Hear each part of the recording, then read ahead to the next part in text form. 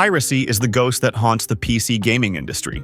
Some developers have taken it so seriously that they've chosen not to port their titles to PC at all.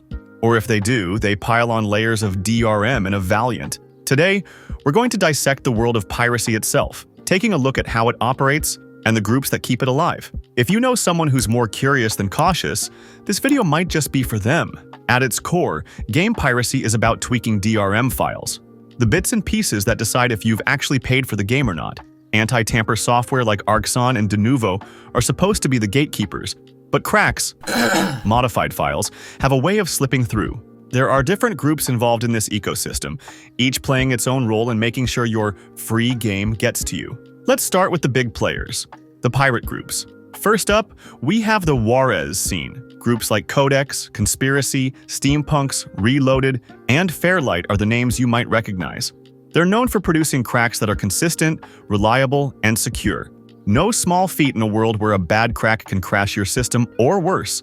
Scene groups adhere to strict rules about how they crack games, ensuring their releases work across various PC configurations. If someone steps out of line, their crack is nuked, a fancy way of saying the community calls them out. A memorable example? Skid Row's crack for Deus Ex, Mankind Divided, was nuked because it wasn't really a crack at all, just a repurposed .exe from Deus Ex Breach. Now, even when they follow the rules, things can still go wrong. If a crack causes more crashes than gameplay, it's often pulled by the creators themselves. Case in point, when Conspiracy released a more stable crack for Ghost Recon Wildlands, they effectively nuked Steampunk's earlier, buggy attempt. It's all very polite, by pirate standards. Once a crack is ready, it's uploaded to underground top sites before it eventually trickles down to the public sites you might be more familiar with, like the Pirate Bay. The upload package usually contains the crack, the game installer. The process is simple, reliable, and a big reason why the warez scene has been around so long, despite numerous attempts by law enforcement to shut it down. Scene groups are notoriously secretive and prefer to speak through their NFOs, text files that come with their cracks, usually adorned with some nostalgic ASCII art. They don't run websites, don't charge for their work, and generally aren't in it for the money. So why do they do it? For the challenge, of course. With the scene out of the way, let's talk about the other big category of pirate groups, peer-to-peer. Peer-to-peer is a catch-all term for anyone not in the scene. Groups like 3DM and Revolt are some of the more notorious names here. They might distribute scene cracks, or they might crack the games themselves, without all those pesky rules the scene insists on. Revolt's Voxy, for instance, used a kernel driver to bypass Denuvo, a method the scene wouldn't touch with a 10-foot pole. This flexibility allows peer-to-peer groups to release cracks faster, though the quality can be a bit hit or miss. For example, 3DM was the first to crack Denuvo, but their cracks were notoriously unstable. Peer-to-peer groups also aren't as shy as the scene. Some members, like Voxy from Revolt, actually talk to the press and the pirate community.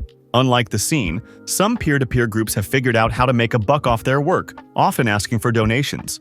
Their cracks might be rough around the edges, but for impatient pirates, they get the job done. Lastly, let's touch on repackers, the ones who compress these cracked games into more manageable sizes. Repackers don't crack the games themselves. Instead, they take scene and peer-to-peer releases, compress them, and bundle them into repacks with customized installers. These repacks are popular with pirates who have limited storage or slow internet connections. The trade-off? Installation can take longer, but the smaller file size makes it worthwhile for many. Repackers are a bit more commercial, often plastering their websites with ads and sometimes sneaking in cryptocurrency mining scripts. Their releases can also carry the highest risk of malware. FitGirl, for instance, unintentionally included a Bitcoin miner in her Just Cause 3 and Rise of the Tomb Raider repacks, while core packs had to apologize after their releases were found to contain all sorts of nasties. And that's the lay of the land in game piracy. If you found this dive into the underbelly of gaming intriguing, consider sharing it. There's more content on the way, so don't forget to like, subscribe, and hit the bell icon to stay updated.